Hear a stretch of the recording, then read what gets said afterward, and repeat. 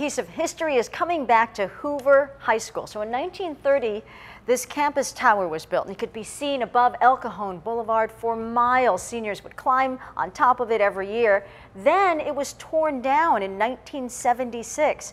Well, this new tower will soon be going up at the school. Today, crews will begin demolishing what remains of that tower building. By the end of July, construction will begin on a new tower. Hoover High alums will be at the demolition this morning to celebrate what's to come.